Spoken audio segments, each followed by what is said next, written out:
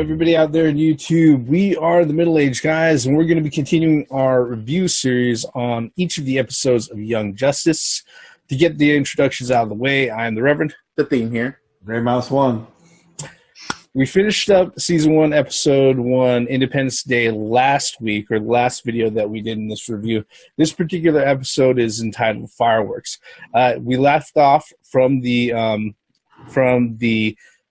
initial members of the Young Justice Squad, Robin, Kid Flash, and Aqualad, freeing Superboy from his pod at Cadmus. They end up getting getting captured. This particular episode continues on. They're captured. Turns out that, guess what? What's his name? Dr. Desmond. Yeah, Dr. Desmond, he convenes with his boss, the Light, who is the great big bad guys, set of bad guys that are running things behind the scene throughout not only this particular season, but also continuing into season number 2. He asks them what to do. Well, they tell him to go ahead and clone the sidekicks, replace them, and then to dispose of the originals. All right. After a little bit of convincing, they convince Superboy to go ahead and help them escape. During the battle, Dr. Desmond goes ahead and he ingests the Blockbuster formula to turn into Blockbuster. Huge fight ensues. They completely level Cadmus. All right. After that, lo and behold, Justice League arrives, to see what's going on. They sort through the whole story, and even though they're happy with the results of what the young sidekicks had actually done, they're not too happy about the fact that they went off on their own. However, the sidekicks stand up for themselves. They say, "Hey, look, this is stuff you trained us to do. This is our work. Our work was good. We're going to continue doing this." That, along with the presence of Superboy and his very adamant, "Look, you're either on board with this or you're going to get out of the way." That pretty much convinces Batman and the rest of the league that, hey, we got to go ahead and get these guys organized and doing stuff on the regular, right? So they convene everybody to Mount Justice. Once they arrive over there to Mount Justice, they introduce Miss Martian. She joins the team, and the episode ends with basically the Light saying, hey, look, even though we've lost the weapon, the Cadmus Labs is now being run by Guardian, who's running things with Double X and also Dr. Spencer and everything else. They're like, is this going to go ahead and put a huge dent in our plans? They're like, no, this is actually not a bad thing. We can play this up. And that's how the episode ends. I think that's pretty much for the synopsis, correct? Yeah, pretty much. Yeah, Fireworks, this particular one, the second episode actually aired with the first when they debuted Young Justice out on Cartoon Network back in November 26, 2010. Those two episodes together, they put it together and basically made a 1-hour event special, and both of those aired the same night. Okay, just like last week, we're going to go ahead and we're going to do these reviews. We're doing them for each and every episode. First thing we're going to go ahead and we're going to run through, in this particular episode, what did you like about the episode? What stood out to you? Guys, floor is open. There was comedy in both Independence Day and Fireworks, but it was funny how Robin, he was trying to get out, when they were captured and all that. And he's like, Batman would, be so angry at me. And Kid Flash was like, that's what you were worried about? Yeah. When you think about it, you don't want Batman angry at you. With Superboy, when those sidekicks got captured and they were like, are you going to burn us with your heat ray vision? And he's like, since I don't have it, I might as well release you. Then he tries to fly and he can't. So Superboy, you get introduced to his limits as well as you get introduced as the character. I like the way they did that. They didn't wait on until like later episodes to find out what he could or couldn't do. But the mind control thing with the genomes, that was kind of puzzling to me. But because why couldn't they mind control everybody at that point in order to get them back in their set? But whatever. The action was cool. Yeah, and at the end, I'm Superman's clone, and everybody's like, "Oh no, oh god!" And you saw Superman's reaction. You saw him not liking that. And even though you knew that Superboy wanted to look up to Superman, Superman still was not liking that. Regardless, you saw it in his mannerisms, his actions, and he was just like, no. And the funniest thing about that is that continues throughout the freaking series. But it was the comedy, the action, them standing up to their proteges at the end, and then getting introduced with their own hideout to be overseen as their own team, and then an introduction with Miss Martian. Today is the day. Brilliant, just absolutely brilliant, and a fun episode. Yeah. What about you, Grey Mouse? What did you like? What stood out for you in this particular episode?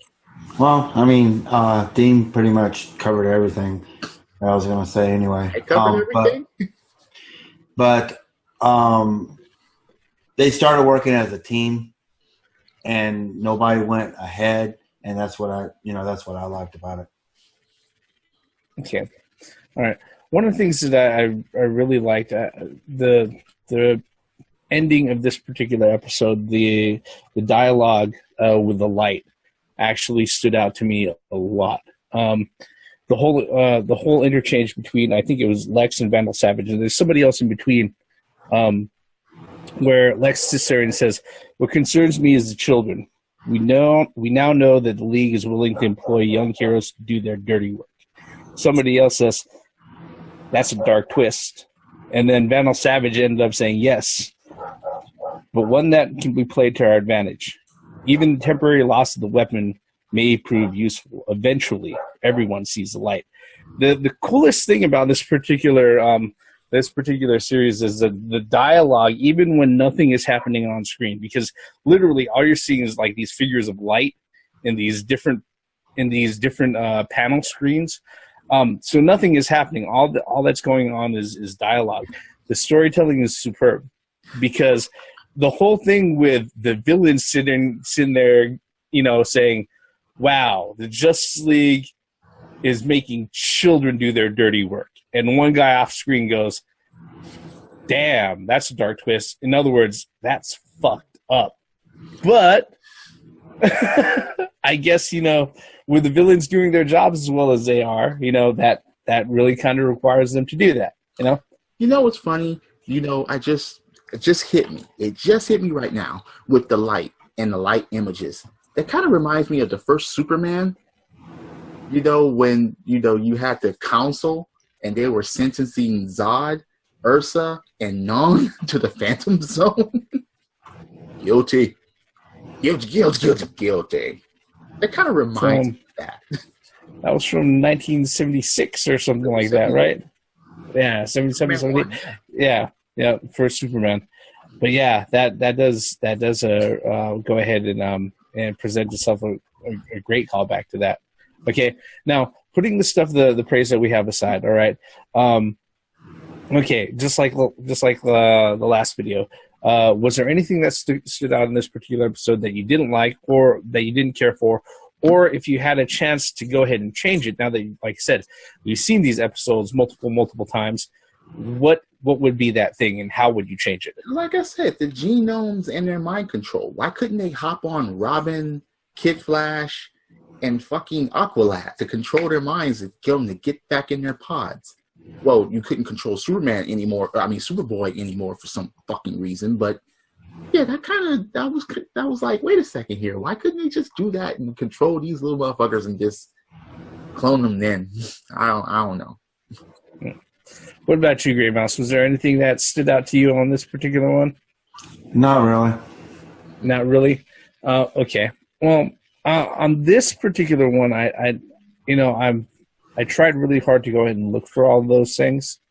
But yeah, on this particular episode, I'd have to say maybe it's because if we're treating Independence Day as the first part and then fireworks as the second part, pretty much were catching everything at like the tail end of act number 2 into act 3, and where everything was just like at a fever pitch, like literally from the get go going into this thing. There wasn't a lot that I would have changed. Although I got to say, as far as genome things, it becomes obvious when all of the genomes, corner the heroes all in one place and everything, and the little genome, the little monkey gnomes go ahead and make them all pass out, that Double X is actually in charge of everything, and he's keeping everybody in check to make it possible for them to go ahead and escape. So, yeah, that's kind of the only grace right there. That kind of okay, we've got that little tidbit that can be explained. All right, okay. So if there wasn't anything that we could sit there and like go ahead and say, all right, there isn't anything I didn't like on this. Well, okay, maybe there was one thing that I didn't like. I hated Dr. Desmond. Okay, I don't get how you can sit there. It's actually a wonderful thing that they went ahead and they made a character so hateable in just 2 episodes. All right, where it's like, wow, I really hate this fucker, And I was really happy that it went down. Okay, but to continue on, okay, the last part that we're going to go over is that now that we've seen this multiple times, okay, what stood out to you is something that stood as a hint for things in the future, and really kind of, was like, wow, that really set things up for later on. Superboy, his mannerisms, his attitude. And then, okay, you knew that Aqualad was going to be the leader, but you knew that they're going to set it up for Robin later. That was just a common sense about it, and I like the way they went about it. You saw Aqualad. You saw Aqualad start to come out with his leadership as things were going on, and so for him to be placed as leader, that's fine. And plus, he was the oldest of those 3. He's the oldest of Kid Flash and Robin and stuff like that, and even Superboy technically. Yeah, the joking around with Kid Flash and Robin, that takes place in later episodes as well. And I really like the way that they did all of that. It was just like, yeah. What about you, Gray Mouse? What stood out to you as kind of something that was like, now that you've seen the episodes multiple times, it might have been a big giveaway, a real big setup to something that happens much later in the series. Well, at this point, we didn't really know who the Light was until after they got revealed. I think they didn't get revealed until towards the end of season 1?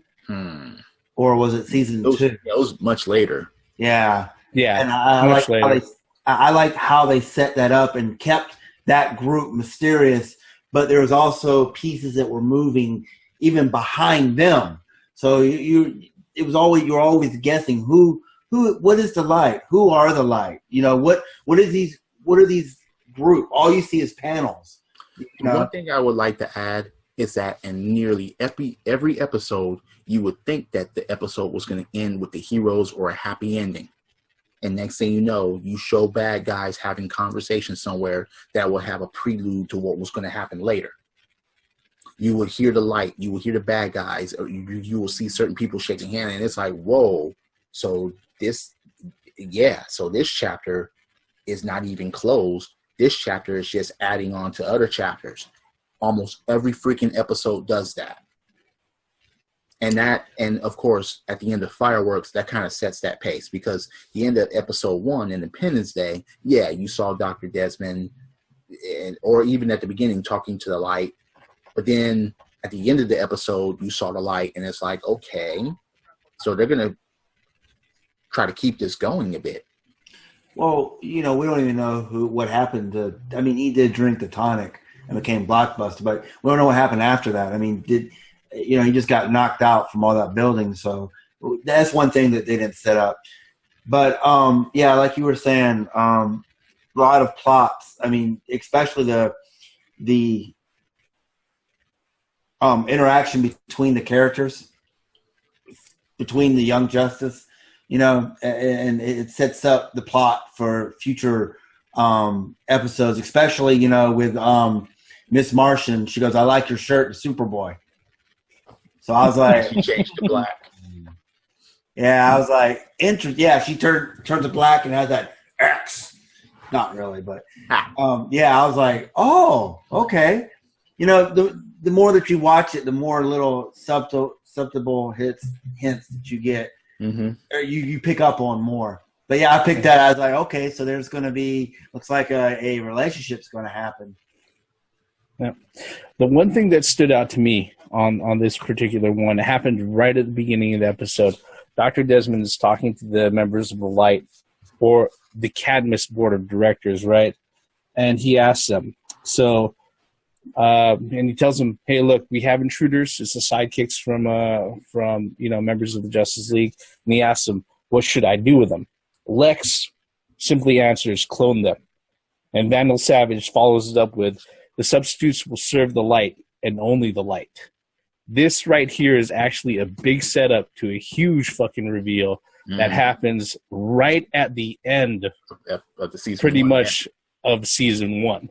All right. But you see, that plot actually develops throughout the season too. Season 1. Throughout season 1, that plot sticks. I mean, it's really amazing that, you know, the Light, we don't know their identities. Yeah. But all the way through the season 1, I suppose, and it kind of keeps that mystery. We know that somebody is behind, you know, doing the puppeteering, but we don't know who. Yeah. I mean, with this particular point though, especially when we come into later plot, storyline and plot points, especially when it comes to who the mole is and everything else.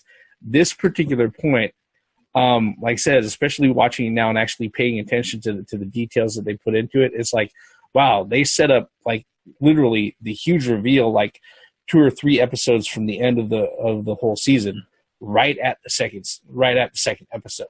Yeah. Okay, and it's something that definitely will go ahead and become important. All right. Was there anything else that we wanted to go ahead and add on this particular one? We're actually keeping it pretty tight. I like the progress that we've got so far. Yeah, I think right now we're around 20 minutes with everything. No, that's pretty much it for me. I mean, it was a good episode, and once again, great opening to a great new series. Today is the day. Yeah. Great Mouse, any last things? Yeah, I think that's pretty much it for this particular one. Like I said, folks, we're going to be going ahead and we're going to be reviewing and going over each and every one of the episodes of Young Justice. We're just barely on the second episodes of season 1. We got 24 more for this particular season, then 20 for season 2 to go. If you're a fan of the series or if you've seen the episode, we'd like to know, what did you think of it? What did you like? What stood out for you? What are the things that you caught now that you've watched maybe the 2nd, 3rd, 12th, 24th, 64th time, like some of the people in this particular video? All right. We'd like to know. You can tell us by leaving us a comment below. While you're at it, hit likes and hit subscribe.